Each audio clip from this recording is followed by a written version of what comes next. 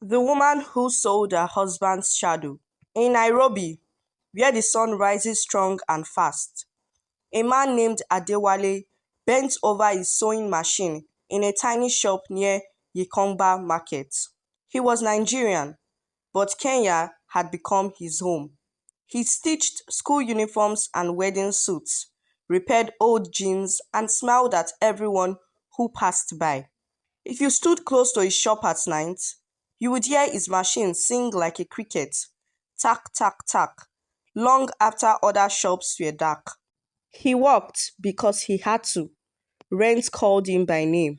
Electricity bills came like stubborn visitors. And Yetunde, his wife, loved fine perfumes, new phones, and soft seats that looked like clouds.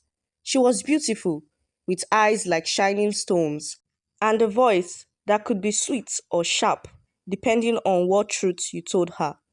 She said she wanted the best life, and she wanted it fast. Why be poor in a city with lights? She would say, shaking her head at Adewale's calloused hands. Money answers many things. You, my dear, must run faster.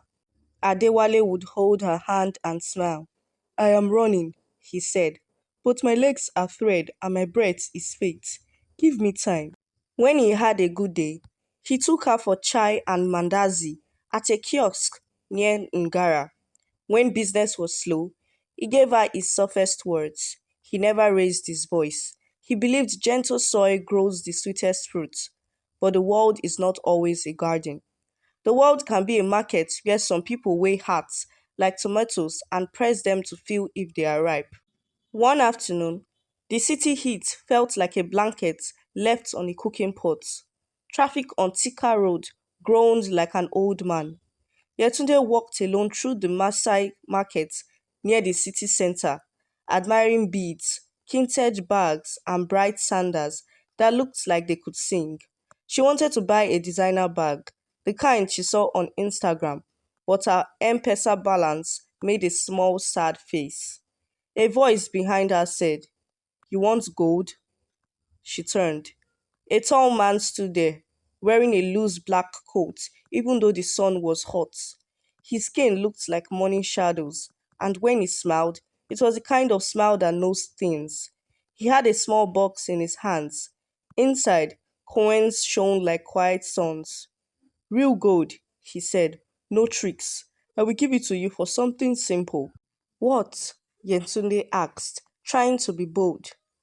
Money is not free, uncle. The world is not a charity. The man laughed softly. You are right. I am not a charity. I am a merchant.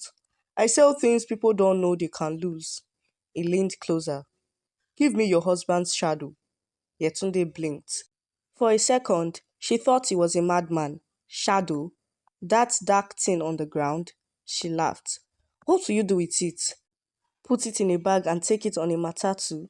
The man tapped the box. Shadows are memory of the body. They tell the sun that you are here. Without a shadow, the sun can forget you. And when the sun forgets you, people begin to forget you too. But look, he swirled his finger over the coins. This will buy you soft chairs, a big TV, silk curtains, and a house with a gate that closes like a hug. Greed does not always arrive with horns. Sometimes it wears clean clothes and speaks calm words. Yetunde looked at the coins and felt her heart stretch. She remembered the nights when she slept hungry because Adewale came home late, smelling of starch and tiredness, with only enough money for ugali and sukuma wiki. She remembered scrolling through other women's pages, smiling in photos in Kilimani apartments, holding wine glasses, and wearing shining hair. The man's voice slid into her ears. Just say yes, he said, and I will transfer the first money now. The rest arrives like a river. She asked, How do I even give you a shadow? He showed her a small knife made of glass. It looked weak, but it whispered like rain. You will take his shadow when he sleeps, he said, the way a thief takes a goat in the night. You cut where the shadow meets his heel. It will not bleed, he will not wake, and when the sun rises, the trade is done. She told herself it was a joke. She told herself it was only fun. She told herself she could change her mind later. These are the songs people sing when they are standing at the edge. That night, she watched Adewale pray quietly, his hands folded like a book. He kissed her forehead and slept with a soft smile, the kind you only see on people who still trust the world. The room light slid under the bed, and there its shadow lay long and warm. With the glass knife, she pressed gently where the darkness touched his heel. The knife moved like thought. His shadow peeled off the floor like a sticker. It crawled into her palm, small as a ribbon, crying without a sound. She pressed it into a brown envelope the merchant had given her. The envelope felt heavier than it looked. Her hand shook. She almost stopped, but then she remembered the coins singing in her head, and she swallowed her fear. Morning came like a drum. Roosters announced things. Matatus honked their colorful horns. Adewale rose with a yawn, washed his face, and smiled at the day. He stepped outside to open his shop, but something strange happened on the pavement. The sun touched his skin, and the sun did not answer. His body went thin and grey, like a fog that had forgotten the ground. In full light, it became a whisper. In the shade of an umbrella or a roof, he was normal. In sunlight, it was a vanishing story. The first customer arrived, a woman with a torn dress. She looked at the sewing table. She looked around. "Hello?" she called. Adewale stood there, but the son stood louder. She did not see him. "Hello?" she called again, frightened. She ran away. Another customer came, a Boda Boda rider with a ripped jacket. He blinked, stared at the empty, shining space where a man should be, and crossed himself. "Ghost," he said, and sped off like wind with wheels. Soon, people began to whisper that the tailor's shop was haunted. Children dared each other to touch the door. Some said the tailor stole clothes at night. Others said he had angered a spirit at Karawa Forest. No one knew the truth. Only the truth had slipped away from sunlight. Meanwhile, Yetunde's phone buzzed. M-Pesa messages poured in. The merchant kept his word, like a snake keeps its skin. She began to shop. In 2 days, she wore new hair. In 4 days, she bought a car that smelled of the future. In 1 week, she put a deposit on a neat house in Yokimau, where planes draw white lines in the sky. She told her friends, hard work pays, and took photos on white stairs that led nowhere but still looked rich. She never posted the dark corners of her heart where a small cry lived. Adewale tried to fix his life. He learned that under shade he was visible, so he stitched at night with lamps. He stitched under big umbrellas. He stitched in the back of the shop while his assistant, a clever orphan boy named Kito, handled customers at the front. Kito believed in him. "Baba," he said, using the name children borrow for men who protect them.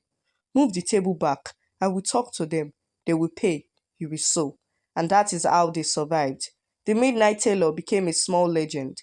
Musicians came after gigs. Waiters came after shifts. Security guards came with torn sleeves.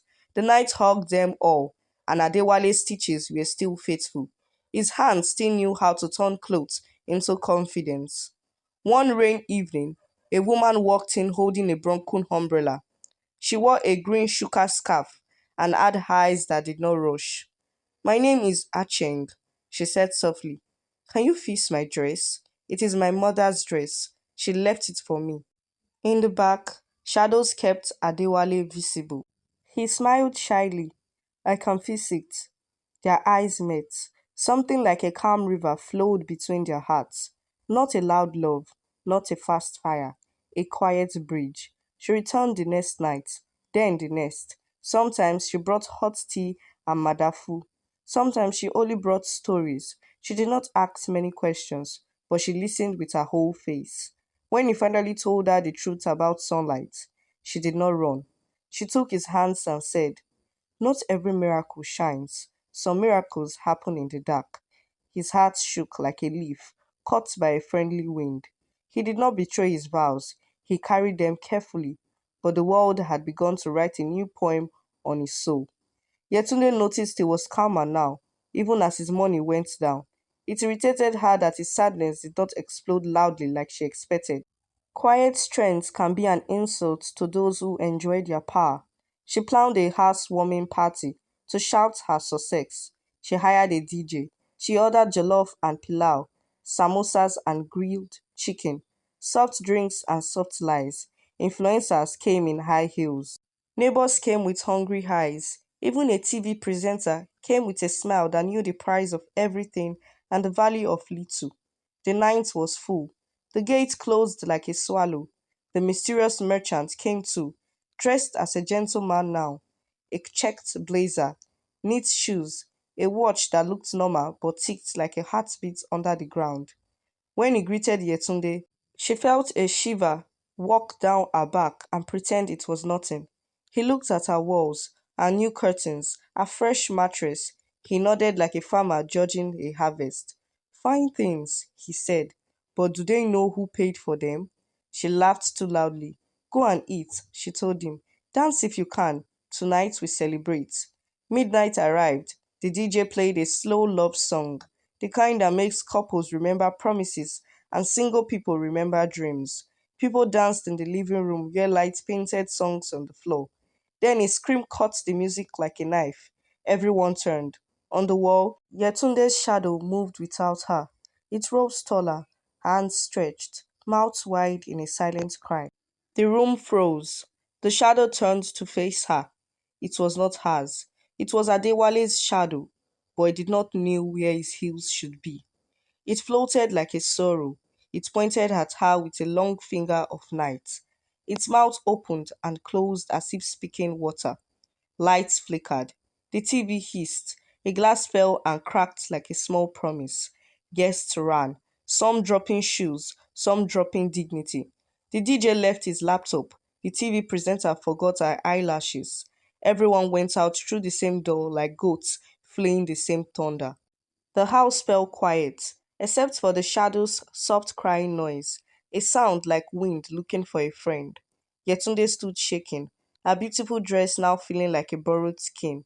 The mysterious merchant placed his plates down, untouched. Payment is a circle, he said. It comes back to greet you. She whispered, take the house, take the car, take everything. Give him back. Give me back my life.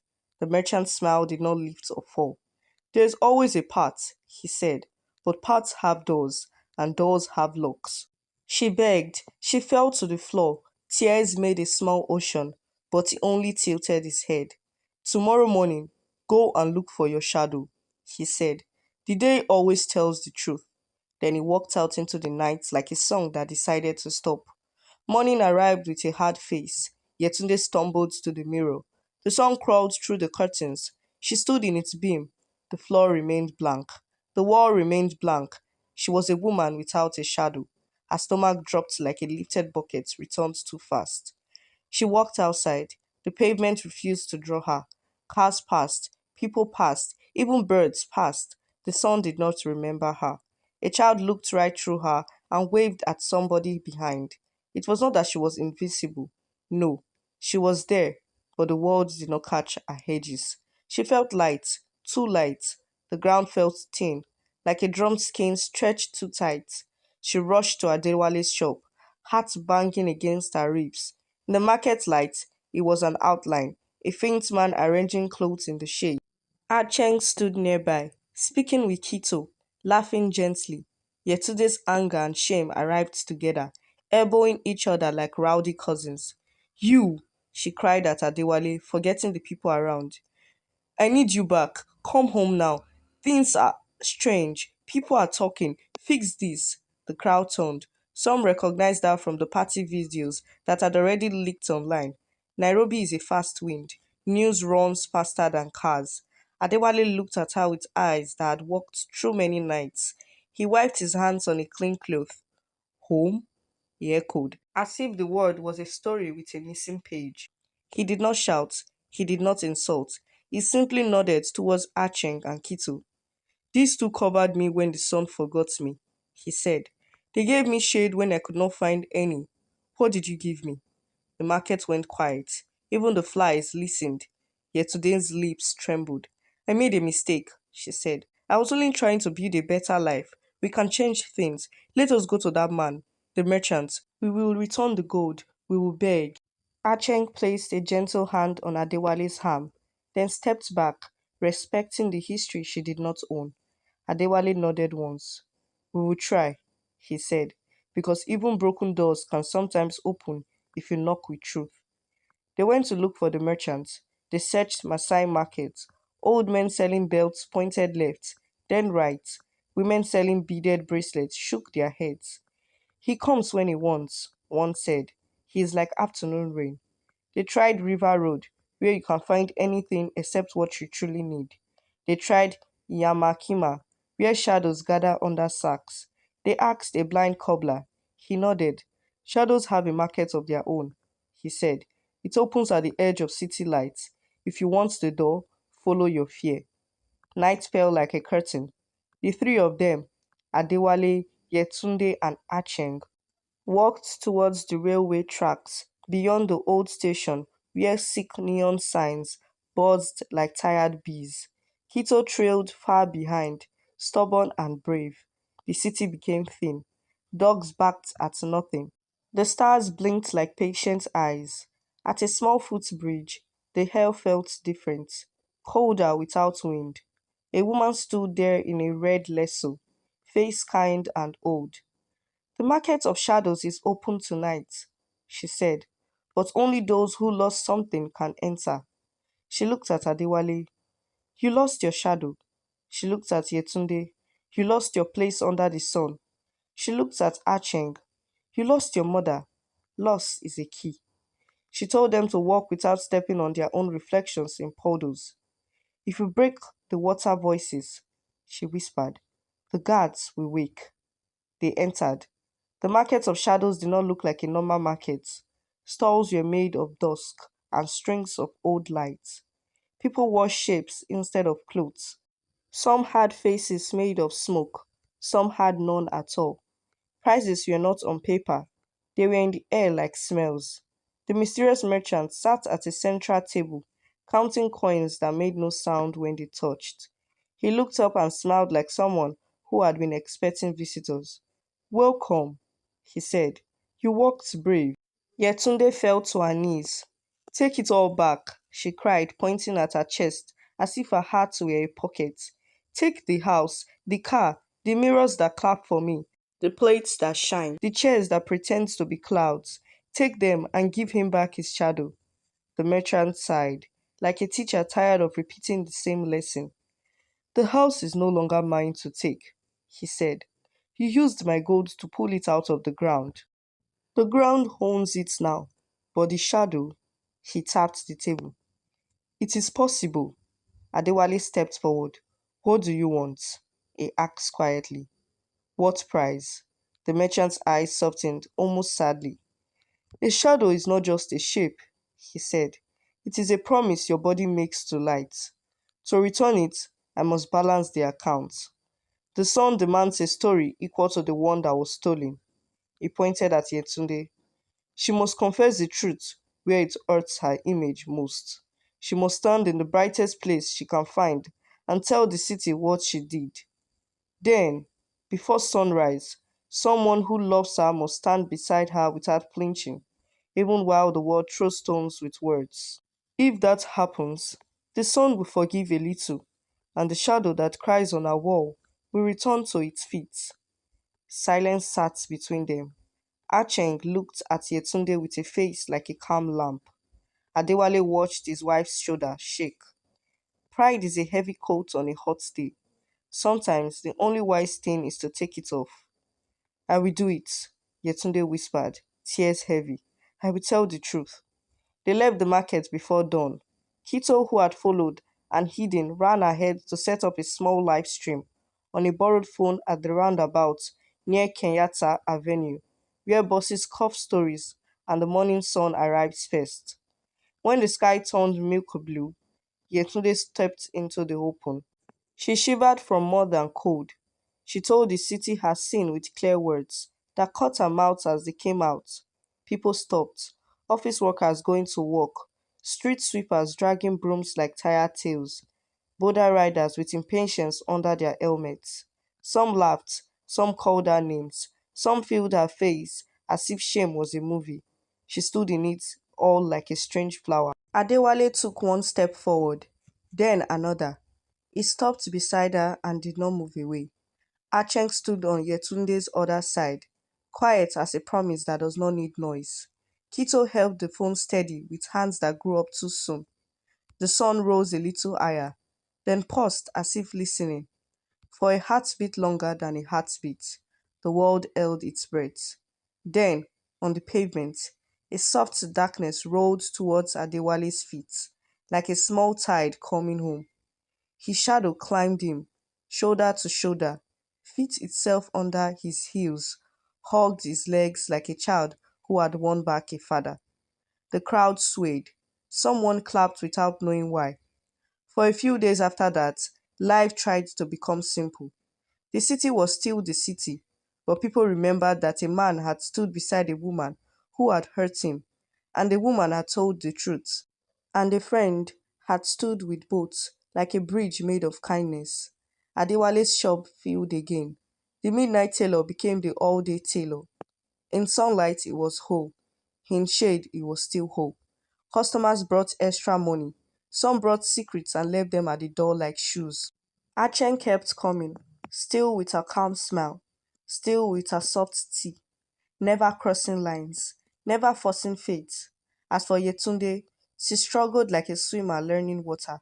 Sometimes she slipped back into old dreams, where beauty is a crown that chokes you. But then she would feel the empty place where her own shadow no longer lived. The price she could not hide from. Yes, the city had returned its shadow, but the sun had not returned hers. Every morning, when she stood by a window, the light refused to draw her. She was a woman the sun could not write. One evening, the mysterious merchant returned to the shop. He stepped inside quietly, as if the door were a page and he did not want to make a loud word. Accounts are almost closed, he told Adewale, but the city still holds one coin. Adewale frowned. What coin? The merchant glanced at the street where the sky was orange and the road smelled like hot rubber. The story did not finish when the shadow returned, he said. It only changed clothes. That night, Yetunde invited Adewale and Acheng to eat at the Yokimau house one last time before she planned to sell it. No DJ, no fake friends, she said. Just us. They sat at the table with plates of pilau and chapati, and for a moment it felt like a new beginning drawn slowly with a steady hand. Laughter came, small and real, but as the moon climbed, the walls began to hum. Not loud, just enough to make the glasses shiver. The lights dimmed, brightened, dimmed again, like someone breathing badly. On the far wall, the shadow that had once cried returned, not like before, not like a ghost that had lost its way. It came like a mirror of the three of them, then split, then merged, then split again, showing three features, then one. The hair grew cold. A low chant started outside the gates, like a crowd you couldn't see. The merchant appeared in the doorway without opening it. He carried no box this time. His hands were empty and heavy. Some trades do not end with money, he said. They end with names. To truly close your account, the house must choose its owner. Remember, you bought it with gold from a market where sunlight does not buy. The ground accepted it because the ground accepts all things. But the house does not accept you. It knows who walked beside him. It knows who held back a hand when they could have struck. It knows who poured sweet water on a bitter root. A wind pushed through the rooms, though the windows were closed. The curtains rose like frightened birds. On the wall, a new shadow formed. This one small, round-faced, wearing a shuka like Acheng often did. It stepped away from the wall and stood in the room, a shadow standing upright like a person. It touched Adewale's shoulder and then reached for Yetunde, but when he tried to hold her, its fingers passed through as if she were made of hair. The house trembled. Cracks spread across the polished floor like white branches. The chant outside grew louder, then stopped all at once. Who are you? Yentune whispered at the standing shadow. He did not speak. It only looked at her with a sadness that felt older than the city. The merchant finally answered. She is the house's memory, he said. When you paid with stolen gold, this house did not forget. It waited, it listened. Tonight, it will choose who stays and who goes. Adewale reached for Yetunde's hand. Old vows pulled him like rivers pull boats. Come, he said. Let us leave. We can start again in a smaller place. We can build with our own hands. Acheng took a step back, ready to disappear if her presence was a weight, but the floor had its own story. The cracks widened under Yetunde's feet only. She tried to move, but the ground held her ankle, the way a dream holds a cry. The standing shadow shook its head slowly, sadly. Please, Yetunde begged to no one, to everyone. I told the truth. I stood in the sun. I asked for forgiveness. The merchant's eyes were wet like stones that remember rain. Truth heals many wounds, he said, but some marks remain to teach the next heart. The final shock arrived like a thunder that does not make sound. The ceiling lights burst into tiny stars that hovered and then melted.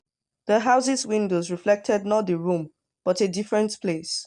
The railway bridge, the old woman in the red lasso, the market of shadows.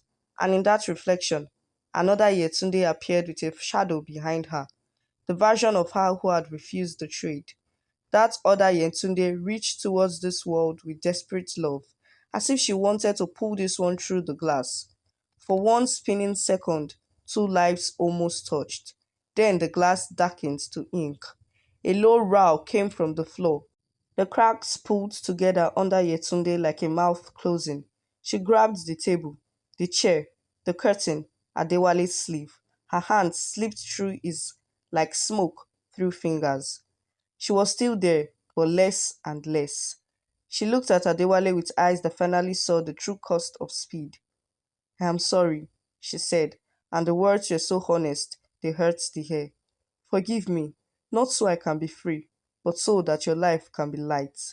Adewale, with tears hot and clean, nodded.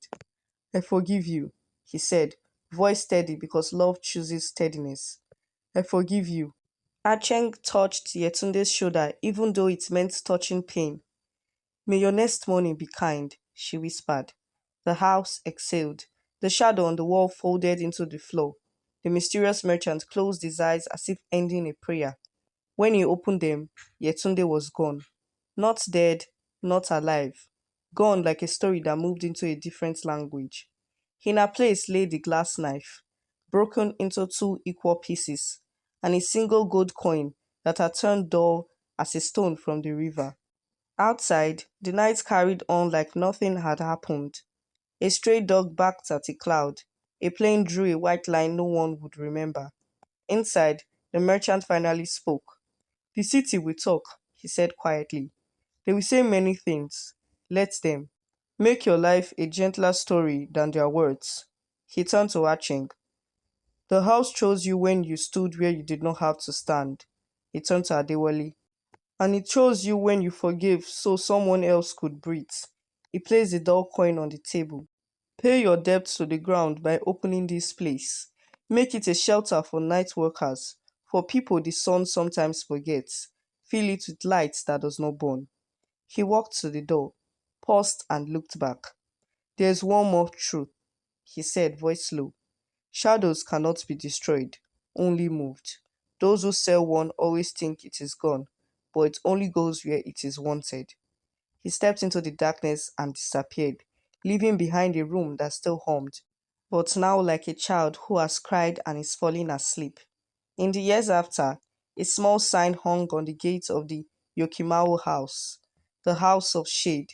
People who had nothing found chairs that did not pretend to be clouds but still felt soft. Women living hard nights found tea that did not judge them. Men with tired eyes found a corner where silence was a friend. There were no big speeches, only steady kindness, the kind that fixes you without asking your name too many times. Acheng ran the place with a smile that knew when to be loud and when to be quiet. Adewale repaired uniforms by day and designed wedding suits by night, his machine singing a happy, humble song. Kito grew tall and learned the craft until his stitches told their own stories. Sometimes, just before sunrise, the living room wall would cast a small, gentle shadow of a woman who stood very still, as if listening to the house breathe. If you looked closely, you would see her head bow a little, like someone saying thank you from another side of the world. And once, only once, on a day when the sky looked washed and clear, as if Nairobi had taken a long bath, the floor reflected a shape beside Adewale that was not his own. It stretched for a heartbeat, warm and familiar, then tucked itself back into the quiet. He did not speak. He only placed his palm on the floor and closed his eyes. The city kept talking, as cities do, but the talk could not reach the deepest rooms where forgiveness sleeps. And the most shocking part of the whole story kept whispering to anyone brave enough to hear it that the woman who sold her husband's shadow did not vanish into nothing. She became the shadow of the lesson itself, a living warning moving across the city at noon, unseen by many, felt by all. On the hottest days, when the sun was fierce and proud, people walking in Nairobi sometimes felt a coolness brush their ankles, a softness like a hand guiding them away from quick greed towards quieter gold.